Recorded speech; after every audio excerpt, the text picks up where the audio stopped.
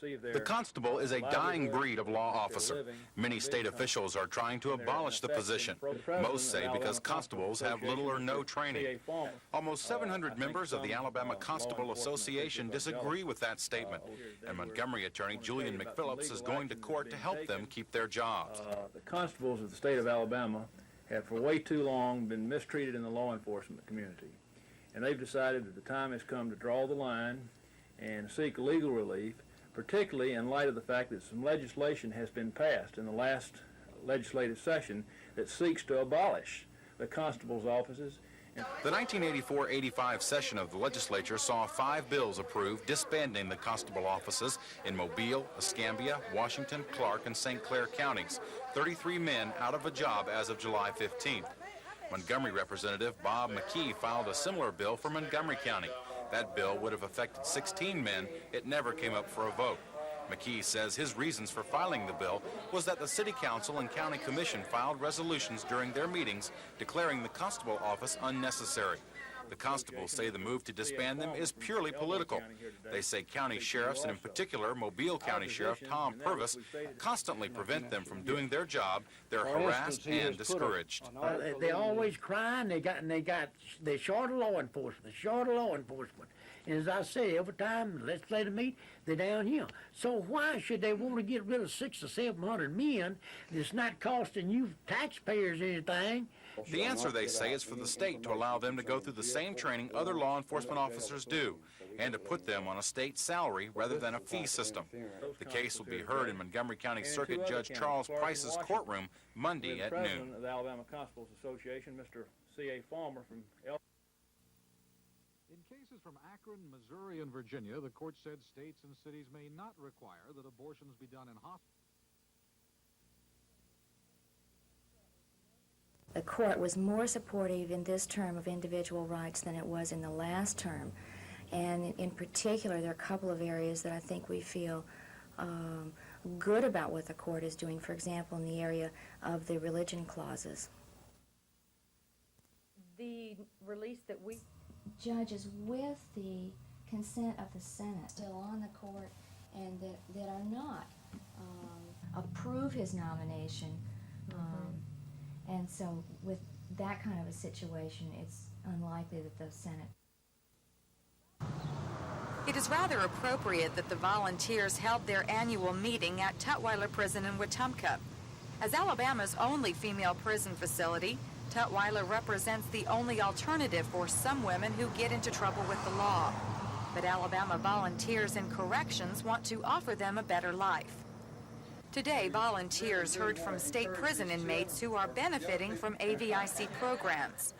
But one of the unusual things about the AVIC is that the inmates themselves can become members.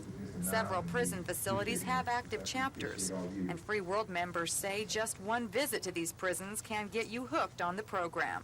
They're not what we see when we hear people talking about lock them up and slam the door on them, throw the key away. That's not the way it is with all of them. There's a lot of good folks in there. AVIC provides a wide range of services for state inmates, including counseling, education, and help in readjusting to the outside world. Inmates say AVIC makes a difference. I think society is going to benefit by this because I don't think that we'll be coming back if we have this opportunity to make the transition now and make it smooth. The AVIC has given a lot to state inmates, but the group has given Tutwiler Prison a rather special gift, this beautiful chapel dedicated last month. Today, members signed over the building to prison authorities, adding one more contribution to an organization whose members say they only want the state of Alabama to be proud. At Tutwiler Prison, Carrie Gordon, WSFA TV News. How formal you get with it, it's up to you. Okay. The national sponsors are nice enough to promote this program and Because we have taken the approach that instead of first, second, and third runner-up. Well, I think that Junior Miss is the kind of program that a lot of people, especially girls my age, would like to get involved in because it is a program that emphasizes the person's inside and not just the glamour girl who has to be, the most beautiful girl. It's the girl who, its interview is 35%, and so that's so important. And it's who you are inside. And a lot of, I've never been in a pageant before, Junior Miss, and Junior Miss was like, I could go out there and be myself, and I'm Krista Carnes, and, they liked me, and it didn't matter, everyone was themselves, and, that's so important in Junior Miss, and that's always important to girls my age, to be themselves and be accepted. A lot of people, and just this past week, it's in the program book, but we can get you one this afternoon, participating in your program. Now again, we will have for you those scholarships that are given. With the way that it's measured, but the percentiles I think have to do with 2-point variability. Have you found that? the way we teach this kind of content, because all the students are making the same. We're looking at the impact that our kind of education has on deaf children as they come through our school systems. We're looking at vocational rehabilitation, and are we effective, and are we meeting the needs? And we're looking at what deaf consumers are interested in. The Stanford that have more complicated procedures than the previous edition. It's used to assess whether a student is living up to their. And I apologize for that.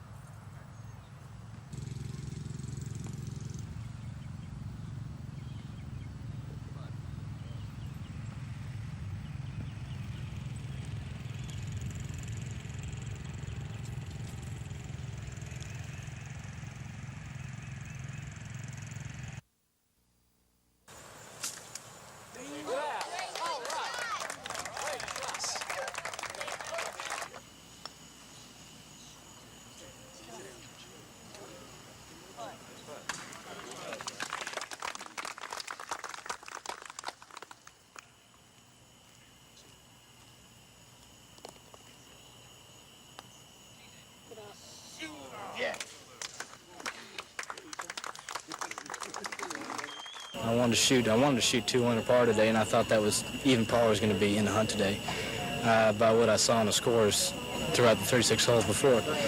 But just play as good as I could, and it worked out coming on in.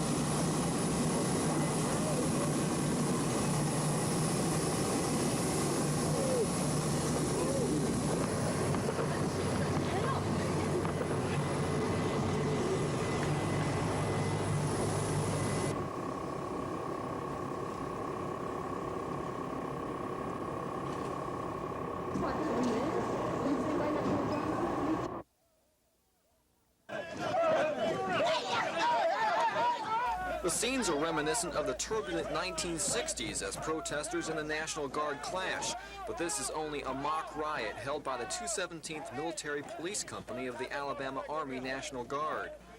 The rioters were compelled to march by issues much different than those of the 60s, but they did put up tough resistance. A wedge of guardsmen pushed the protesters back, but they soon reappeared, and this time a water hose was used to cool them off. During another rush by the rioters, a sniper in a building at the end of 3rd Street opened fire.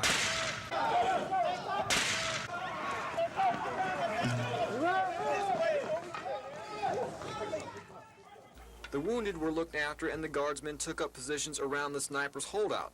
A smoke screen was set and the building was rushed by the MPs. Soon after, the gunman was apprehended. The protesters were played by other guardsmen, and they say the training exercise was a success, but perhaps not for their side. Coming from the rioters' viewpoint, how did the guardsmen perform? I think they done pretty good. Matter of fact, they done real good. And I think they should be equipped and can handle anything come about.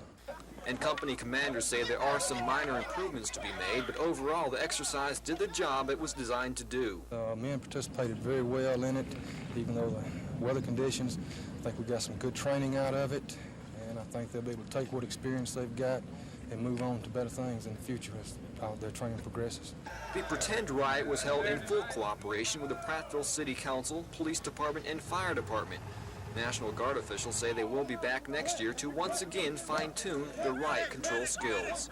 In Prattville, Craig Meadows, WSFA TV News.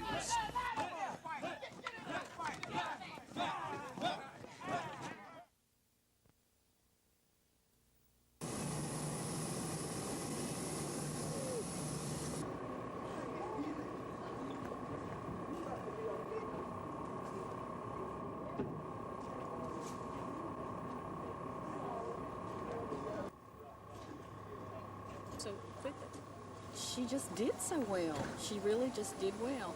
The transplant coordinator, as we were leaving, said maybe all liver transplants will do this well one day. She just really did well. Did they have any explanation for that? Is she better off going in, or? Well, they say that her nutritional status was good. And a lot of liver disease children, by the time they have their transplant, are malabsorbing. Their metabolism is so bad, their liver doesn't synthesize, and that was a big plus for Megan because she still was a little bit.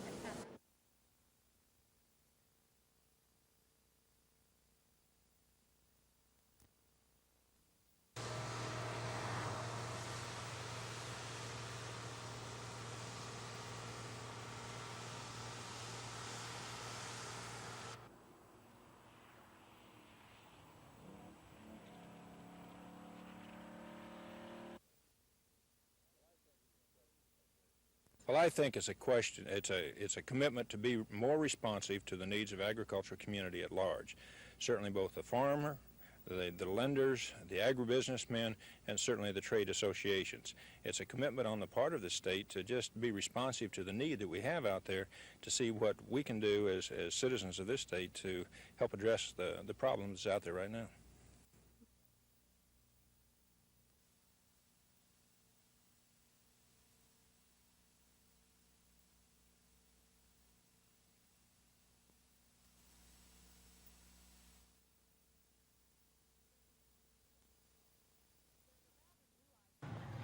There's a rather new idea in healthcare coming to Baptist Hospital. Located next to the main building, it may be part of the answer to rising health costs and long hospital stays. A one-day surgery center. The Baptist Surgery Center opened its doors to the public Sunday, displaying a $2 million operation, which officials say is equipped to handle many types of surgery on an outpatient basis. One-day surgery, there are some things we can do with one-day surgery. Of course, there's some things we can't, but there's an increasing number of things we can do in one-day surgery, and the idea is to make it as convenient as possible for the patient. Hannah says the center is self-contained as far as surgical equipment is concerned, but the fact a fully staffed overnight facility is right next door gives physicians more options. The transition to outpatient one-day surgery was almost inevitable for Baptist. Hannah says changes in federal regulations and the high cost of medicine makes the center very practical. I think the general urgency toward the medical profession has been to do things as efficiently as you can at the cheapest possible cost. And we have been encouraged to try to get people in and out of the hospital as quickly as possible, using the most efficient staff parameters that we can. Hannah says the center will have its first case later this month. Carrie Gordon, WSFA TV News.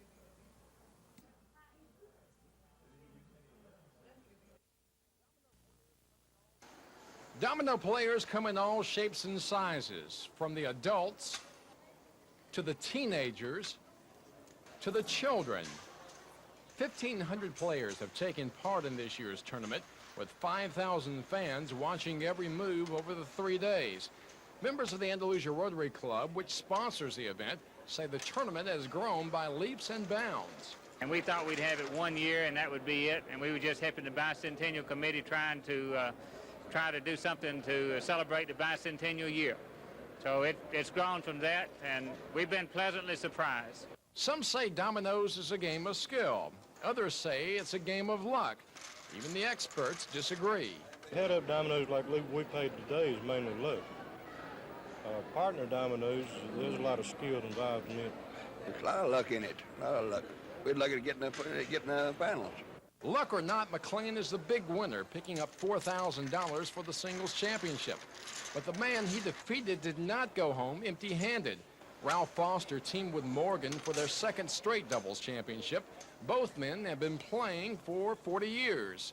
Oh, I just got started playing back there in Texas, some of them tournaments. And you started making money? Oh, a little, just about enough to pay the gas. They split $4,000 for their victory. Cal Calloway, WSFA TV News, Andalusia.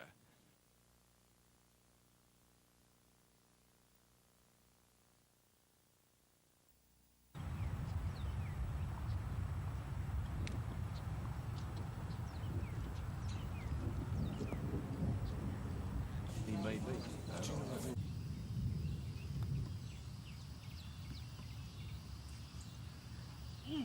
Shot my average.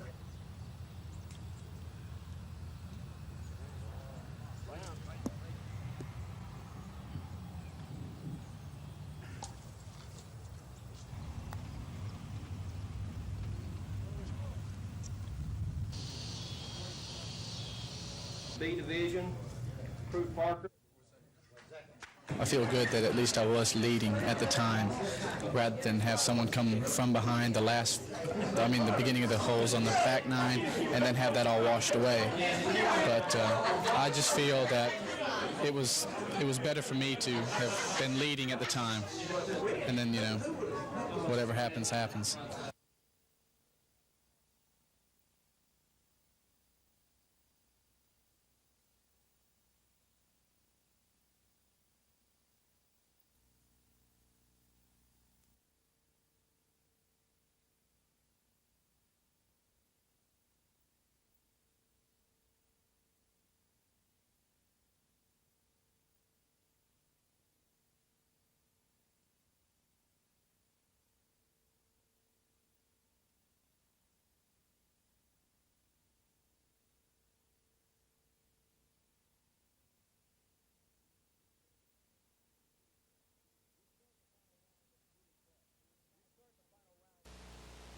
We start the final round with Judy Clark, who was tied with Kathy Baker at 5 under par. Here on the 7th hole, trying to make par, she lips it in the backside. Judy Clark with a great save. But then her playing partner, Kathy Baker, had this 15-footer for birdie, and for sole possession of the lead, Kathy Baker goes to 6 under par.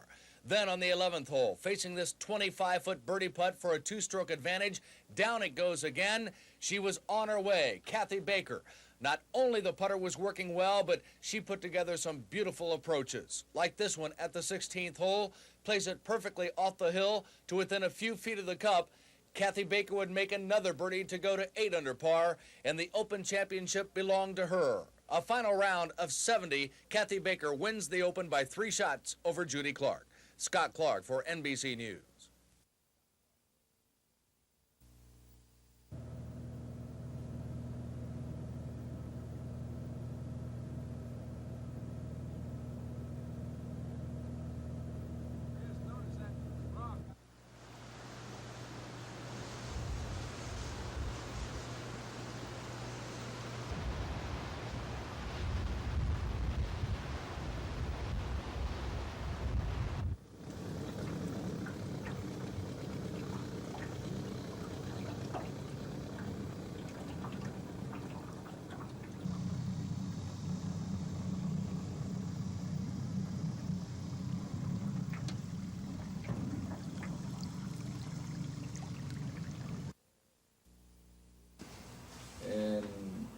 doing so, this would cause storage to be stored at the site operating, and that is where some of the waste from Alabama and that low-level waste should be handled by state governments.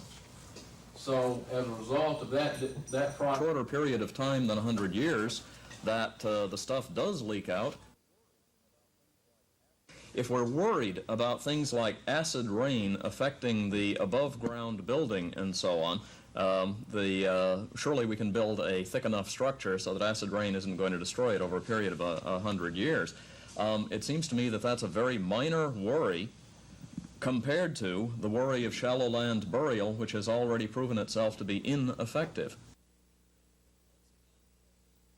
That's sort of the executive summary section. Volume 2 discusses in depth how various alternatives. At issue is whether individual Alabama counties should have the power to abolish their constable's office. During the last legislative session, local bills were passed disbanding constables in 5 Alabama counties, leaving 33 men out of work as of midnight tonight. A 1973 amendment to the state constitution abolished the constable as a constitutional office, but attorneys for the lawmen say another part of the Constitution that was not addressed allows constables to collect fees. Because of this, they say only another amendment can disband them. We're simply saying that a certain section of the state constitution requires a general legislative bill to change the law concerning constables. And the bills that were passed were not general bills, but instead local bills, and that as such, that violated the state constitution. Because of this point, Circuit Court Judge Charles Price issued a temporary restraining order today, giving those 33 men their jobs back. But defense attorneys for the state say it is all a matter of interpreting the law, and more interpretation will be done Friday, as Judge Price hears evidence as to whether he should issue a preliminary injunction and permanent restraining order until the case goes to trial. Craig Meadows, WSFA TV News.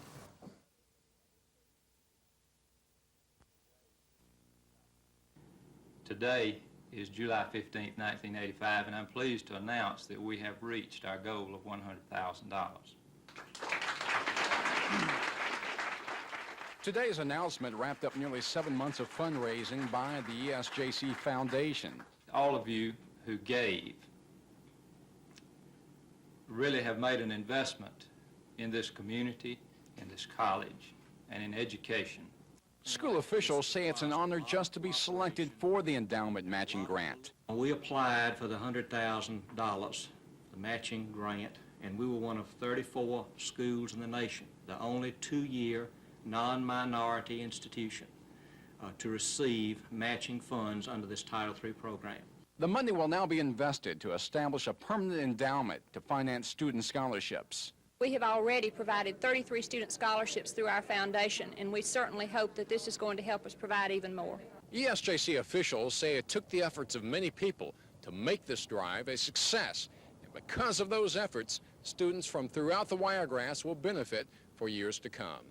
Cal Calloway, WSFA TV News, Enterprise.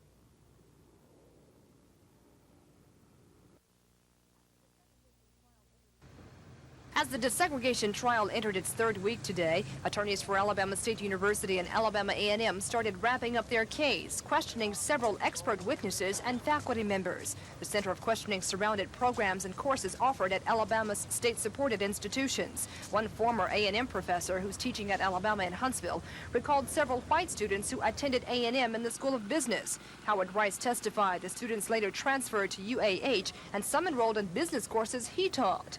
As plaintiffs' attorneys attempt to show overt vestiges of a dual system, an expert witness in higher education compared course offerings at Montgomery's 3 universities. Expert testimony showed AUM's courses are much more comprehensive than ASU's, with the exception of education.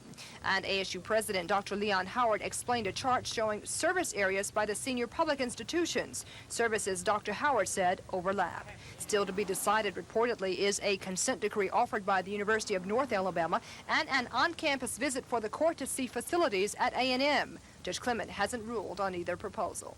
Testimony resumes tomorrow as the defendants, the state education agencies, and institutions start presenting their evidence this week.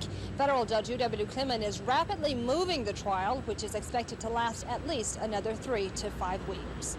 Kim Davis, WSFA TV News at the Federal Courthouse in Birmingham. Ball is out of here, Murphy. That's his third home run in 2 days. But as the weather began to heat up, Murph's numbers cooled off. The drop-off in production, though, didn't seem to bother his fan appeal. He will head to the Twin Cities as the game's top vote-getter. He received nearly 1.5 million votes. I hate to use this word, it feels kind of strange. I mean, to know that many people have voted for you, it's an overwhelming feeling, really. And I'm just really grateful and thankful, and I'm grateful to be a part of the All-Star game again. Let's face it, Dale Murphy is baseball. His apple pie image is refreshing with all the problems these days with drugs and alcohol. I just, I try to be myself. I feel fortunate to be a baseball player. I don't feel like anyone owes me anything because I'm out here. I feel like I owe a lot of people a lot more than anything I could ever give back to them, the fact that I'm a baseball player. So I'm thankful to be part of it, and hopefully I can give something back to the fans. In Atlanta, I'm Will Komar for NBC News.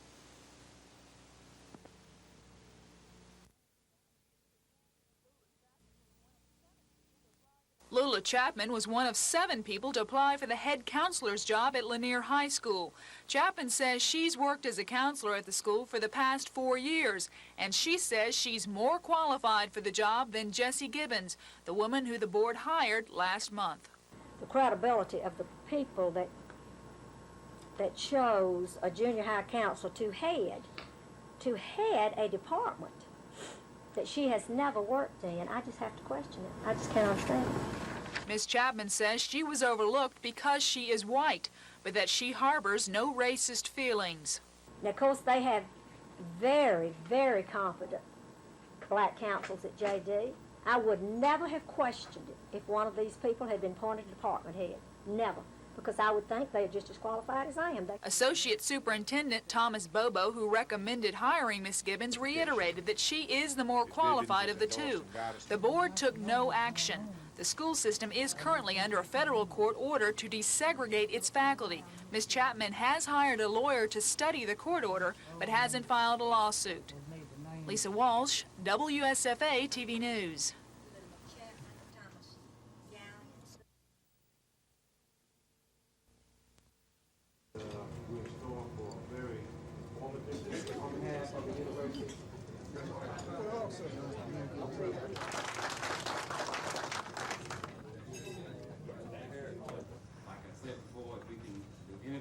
I think the SWAC doesn't or hasn't received the recognition that it rightly deserves.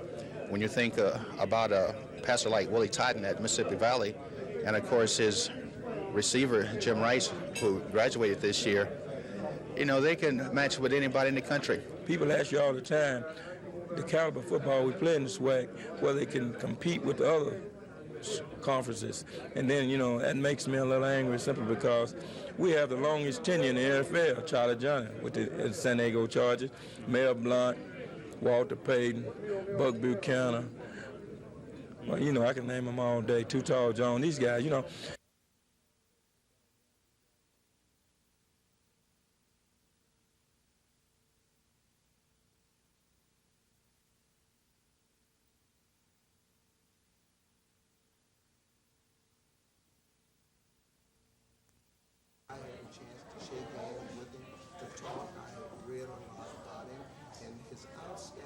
And then we who come over and talk about his win, you have to talk about the impact you real proud. I'm not so involved in the record.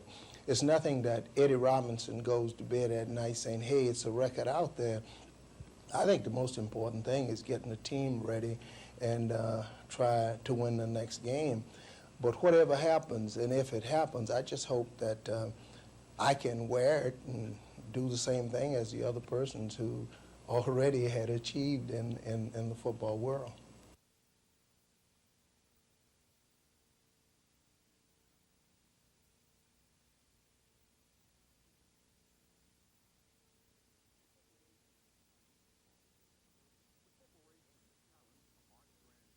The corporation challenged a March grand jury indictment for the death of the 77-year-old patient, charging that state law prohibited the criminal action.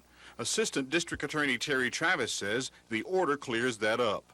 Judge Price, in my opinion, has said that a corporation cannot hide behind the fact that it is a corporation and recklessly, negligently engage in business where that recklessness or negligence results in a death or an assault and get away from criminal liability. Attorneys for both sides will exchange evidence within the next few weeks, but no trial date is set yet. Prosecutor Travis says if the corporation is convicted of manslaughter in this case, the maximum penalty is a $5,000 fine. He says he will also ask for restitution from the corporation for the victim's family. This is Norman Lumpkin, WSFA TV News at the Montgomery County Courthouse.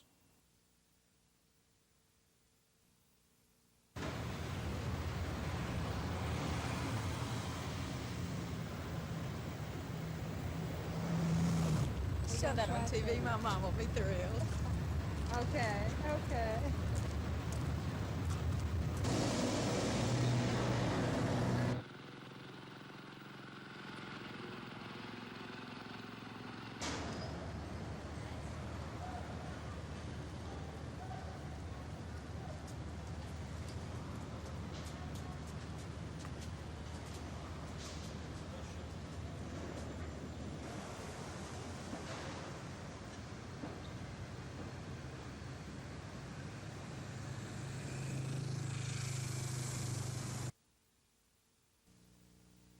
He's looking.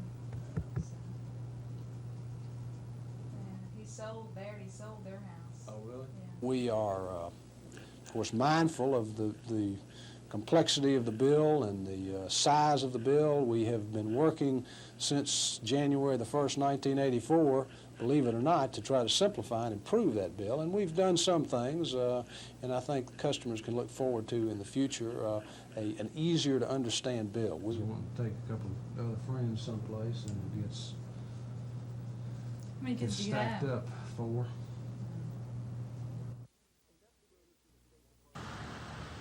Investigators from the State Department of Agriculture are trying to find out where the tainted watermelon came from. A family of 3 in Winston County became ill yesterday after eating the melon they bought at a local grocery. The Marion County Health Department called us saying that a Winston County family had suffered some of the symptoms associated with aldehyde contamination of nausea and diarrhea. After running samples from the watermelon they said had caused the illness, that is when we discovered the contamination. Midgley says the department believes this is an isolated incident, and she says this is the only confirmed case of melon contamination in the state. According to a survey that was conducted last week, there had been no widespread use of aldehyde in Alabama. So we have a feeling that this is probably an isolated case, and that's what we want to confirm. The State Department of Agriculture is conducting random samplings of melons from throughout the state, testing them for possible contamination. They're hopeful the melon in question was not grown in Alabama, but for the moment they still aren't sure where it came from. Craig Meadows, WSFA TV News.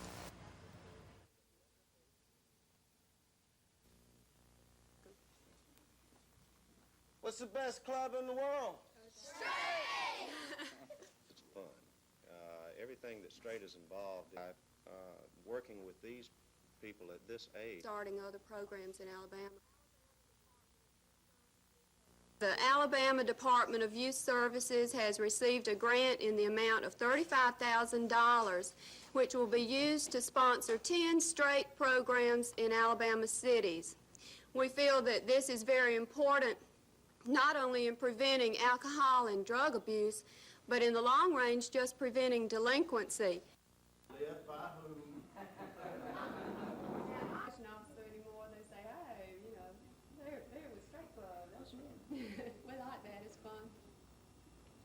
I'd like to make one additional statement in saying that being involved. Ladies and gentlemen, I'm Mary Margaret Mercer. I'm the Red Cross Station Manager for the Red Cross. As technology can make it prior to it being distributed. Feel free to come. Thank you very much. when we come to Fort Rucker, we know what we're going to collect. We're able to staff for it. We're able to build other visits around it to give us the ability on a statewide basis to meet the requirements of all 126 hospitals as economically as feasible. We're very appreciative, sir. Thank you. Thank you.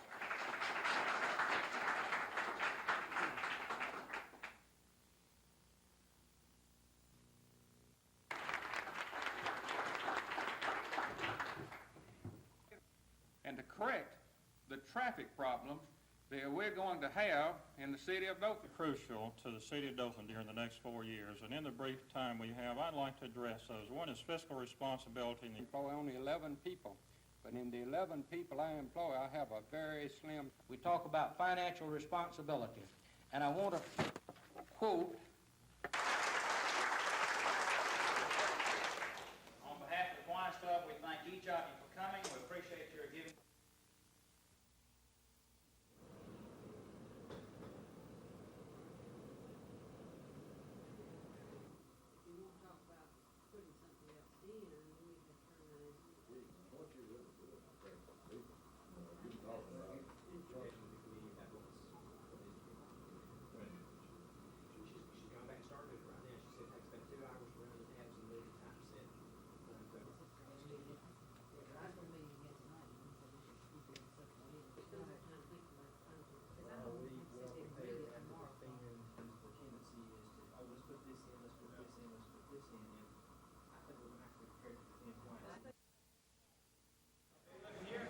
Come on, Fred, better smile.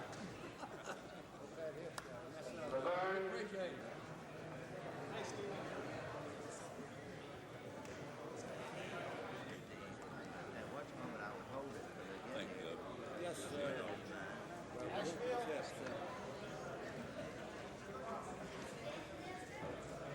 Elmore County, Elmore County.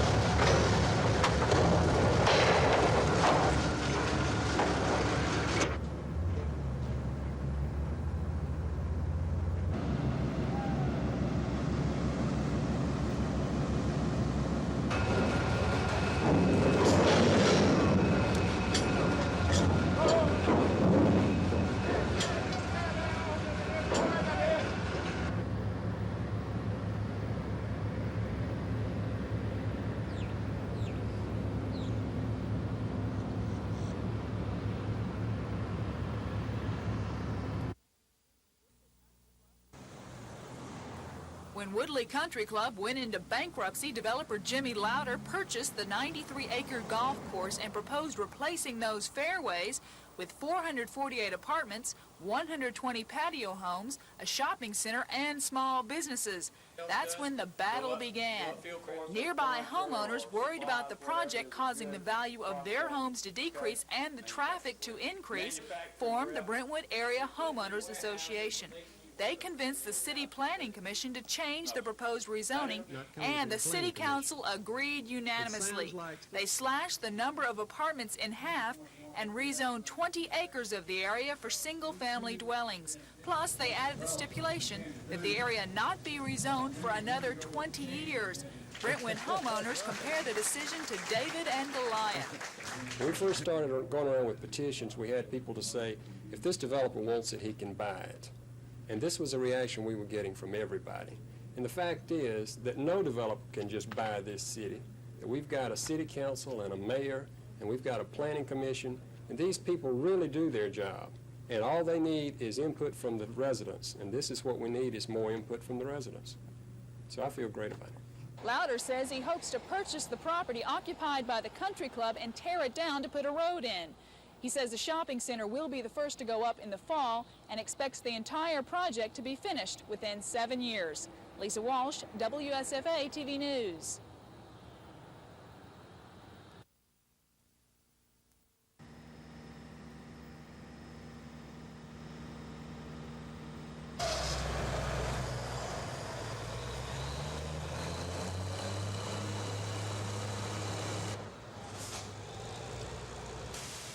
We knew when we started the project that it was going to be touch and go, and that everything was going to have to fall just right for us to make the '86 season, but that was our goal. And we're disappointed that we're not going to make the '86 season because we're going to miss some revenue as a result of this that we would have had the project been completed on time. But in order to make that season, it was going to cost us a lot more money, so we're foregoing some revenue in order to reduce, in a significant manner, the cost of the project.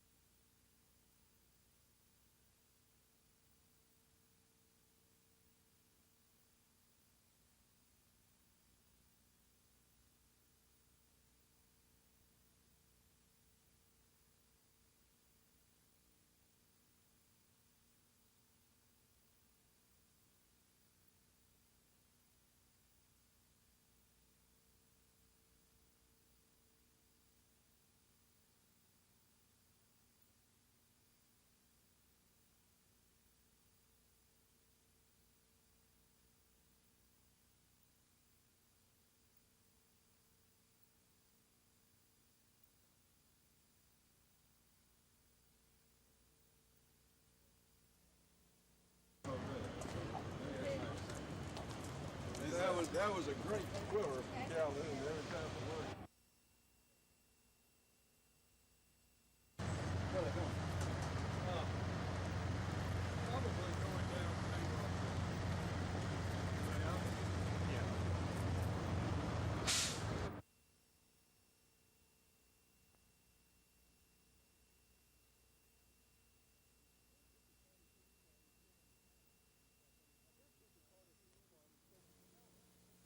This is the Carter Peach Farm in Chilton County. It looks like any other peach farm, and they grow their peaches like everyone else does. But something unexplainable happened here last winter.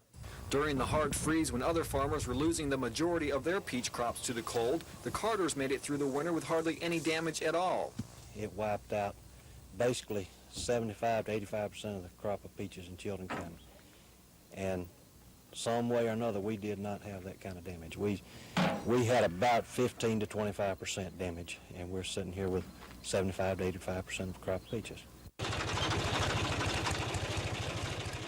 Carter says nothing unusual was done to the trees, and agricultural experts, including one from Auburn, couldn't explain the winter survival either.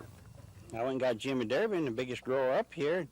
We rode around about a couple hours, and he said, well, you've got more peaches on 20 acres than I got on 500. Needless to say, the peach business at the Carter farm is doing extremely well, and they say there only seems to be one answer for the success. The good Lord did it. That's the only thing I can tell you. There's no other way to put it. In Chilton County, Craig Meadows, WSFA TV News.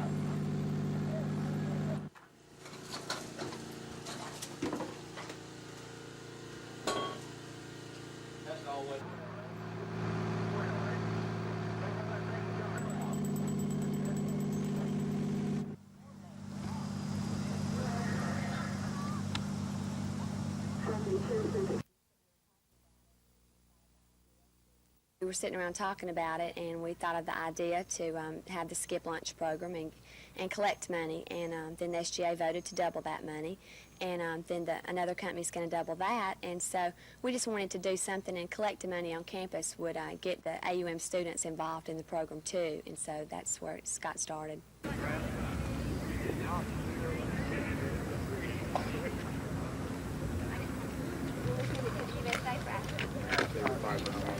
Thank you very much. Thank you.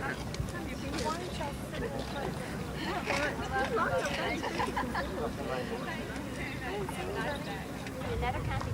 company doubles that and we send it to the USA for Africa program, it would really help us out a lot. Thank you very much. Y'all have a nice day. Bye-bye. Hi, would you please donate to the AUN for Africa Fund? Really appreciate it.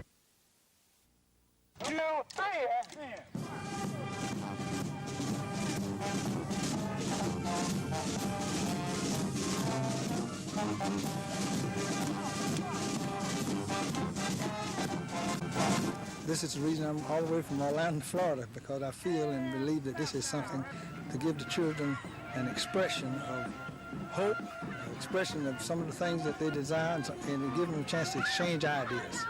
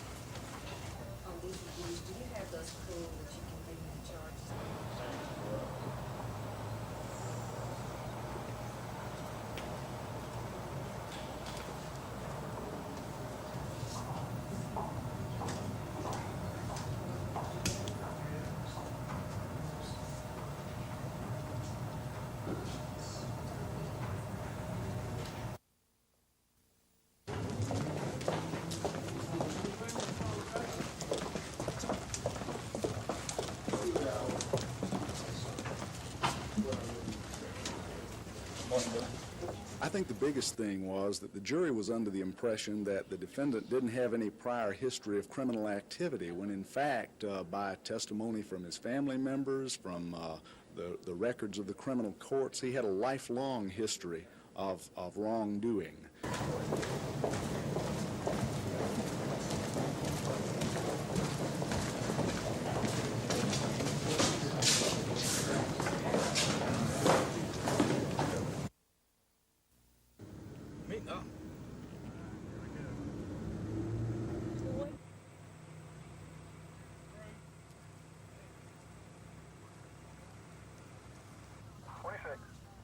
Chief, come on down here. I think we got it. It's nothing, just a grass fire. What his transmission line broke at one of the people over in this block.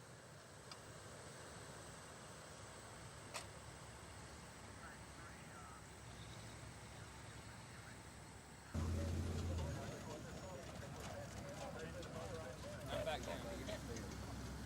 What did you tell him? We're just gonna...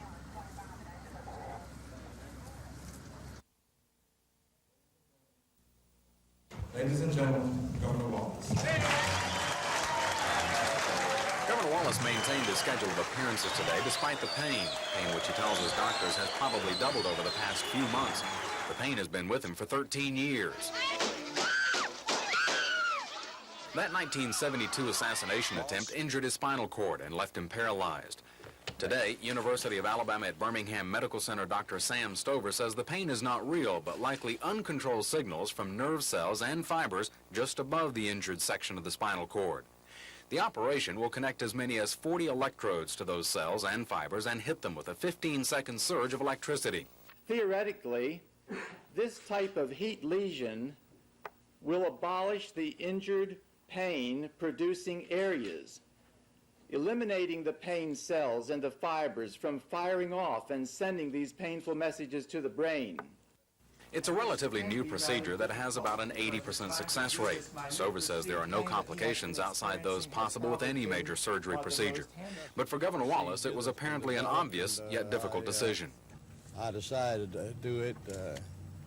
I sort of thought I'd try to get out of pain after 13 years of it. It'll be too much of it. Because it is a new procedure, the Craig Hospital in suburban Denver, Colorado is one of the few facilities familiar enough with it to conduct the operation. And that will mean Wallace will be out of the state for at least 2 weeks. But Press Secretary Billy Joe Kemp says that doesn't mean any transfer of power. Except for those short periods of time when he will be under general anesthetic and recovering from that, he will be in charge. It'll take several days after the operation before doctors know if they successfully eliminated the pain-signaling nerve cells. If it works, it'll mean a significant reduction in the amount of painkillers the governor now regularly takes. If it doesn't work, Wallace will have to continue enduring the severe pain, which, as doctors say, is already taking its toll on his health and could make life miserable. Chris Grimshaw, WSFA TV News.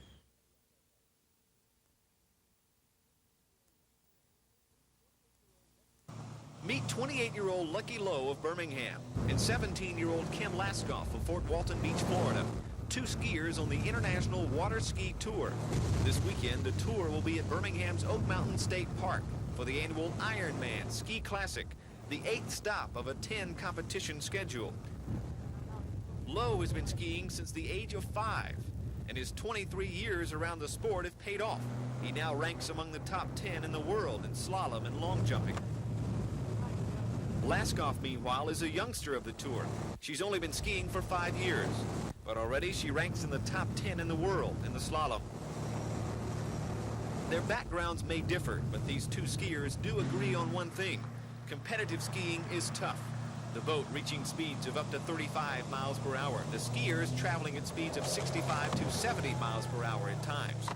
So you've definitely got to know what you're doing. When you're going to the ramp and you may lose your edge or something, and the jump will come up on you so fast, it's about like walking into a shut door at night. I mean, it will knock you down and make you turn. It'll make you fall onto the ramp.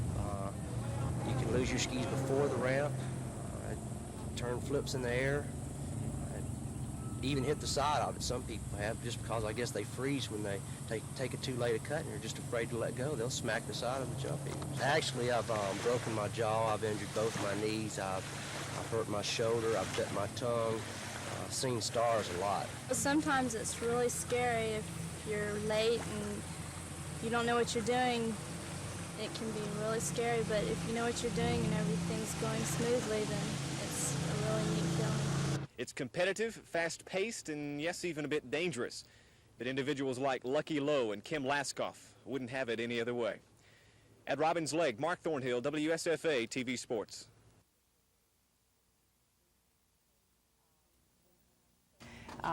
We have traced the grower to a North Florida farm at this point, and we're still investigating to see if that's the source of contamination. The Florida Department of Agriculture is working with us, and hopefully we'll be able to identify the source of contamination very soon. But right now, we have no reason to suspect that there is any contamination of Alabama-grown watermelons, but we don't want to take any chances, so we're continuing our testing and sampling.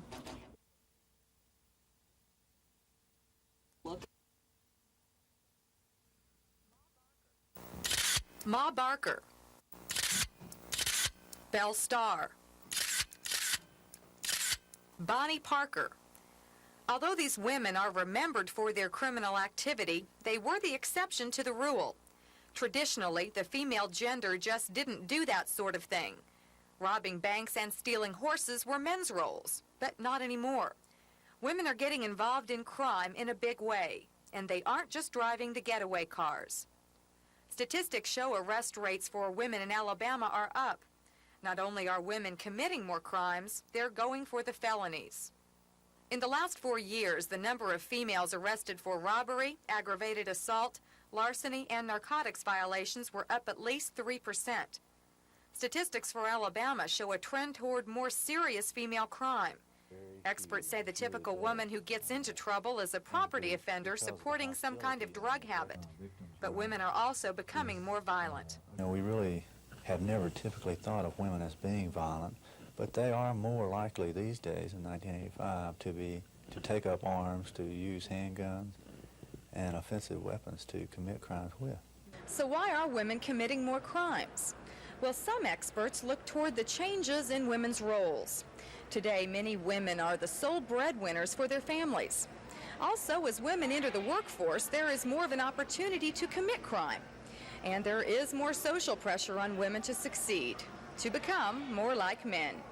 The main reason for women being in prison is the economy today.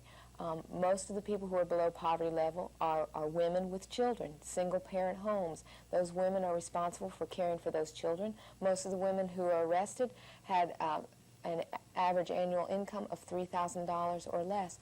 But regardless of the reasons, women in Alabama are committing more crimes. And as they do, they are going to prison. Carrie Gordon, WSFA TV News. Women in Alabama are committing more crimes, and as they do, they are going to prison in record numbers.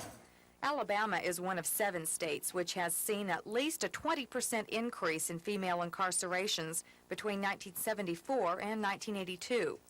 Today, Alabama's only women's prison is full. Figures from the State Department of Corrections show Tutwiler Prison's population has increased more than 75% in the last 5 years. We are growing very rapidly because within the last 2 years I have renovated space for 2 other dorms, and before I finished the renovation on both of them, the people were in the county jails or either in our intake center here ready to be into the population to fill those dorms up. And the women who do end up in prison are also receiving longer sentences. Ethel is serving a hefty sentence for her second shoplifting offense. She stole less than $25 in merchandise. I wasn't looking for no 15 years though, but I'm dealing with it, I used to get something like 13 months, 12 months, and that used to be it. But 15, it kind of, hit me there, but I learned how to deal with it. The days of sympathy just because you're a woman are gone. As far as many police, prosecutors, and judges are concerned, equal rights have caught up with the female gender. And in 8 years, I think we see prosecutors, judges, and those who are responsible for the punishment being imposed are probably treating women more like they do men now. But there is some good news here for women. Experts say when a woman gets out of prison, she is more likely to stay out of trouble. Women tend to go back into the family roles and adjust easier on the outside world. So when a woman walks out this door, she is less likely to risk the chance of having to come back again. Carrie Gordon, WSFA TV News.